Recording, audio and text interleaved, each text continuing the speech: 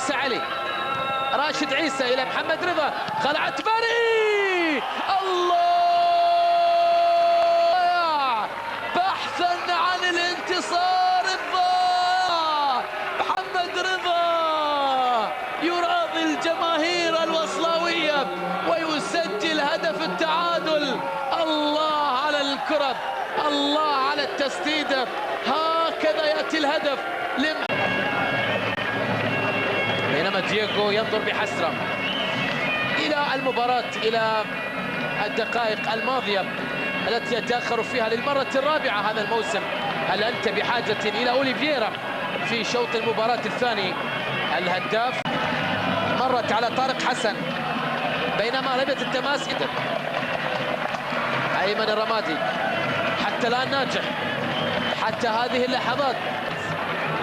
مارادونا لم يدفع بأي ورقة من أوراقه الرسمية.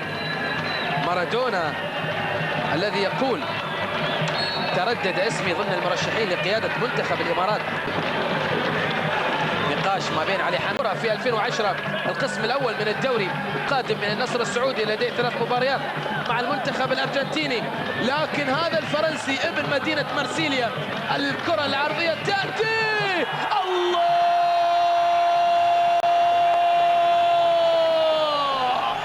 الكرة في المرمى. الأسود يسأرون مرة أخرى، هذه المرة بكرة رأسية. الله على كرة علي حسن.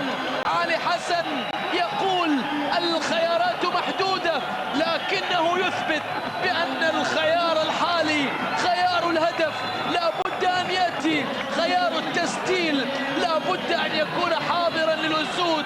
الله على الرقم 7، الله على الكرة الرأسية، حطها مستحيلة تماما في المرمى. هكذا يتحدث قبل المباراة ويقول علي حسن خيارات محدودة، لكنه الآن يثبت جيدا بأن الخيار الأصح هو بأن تكون الكرة الماضية في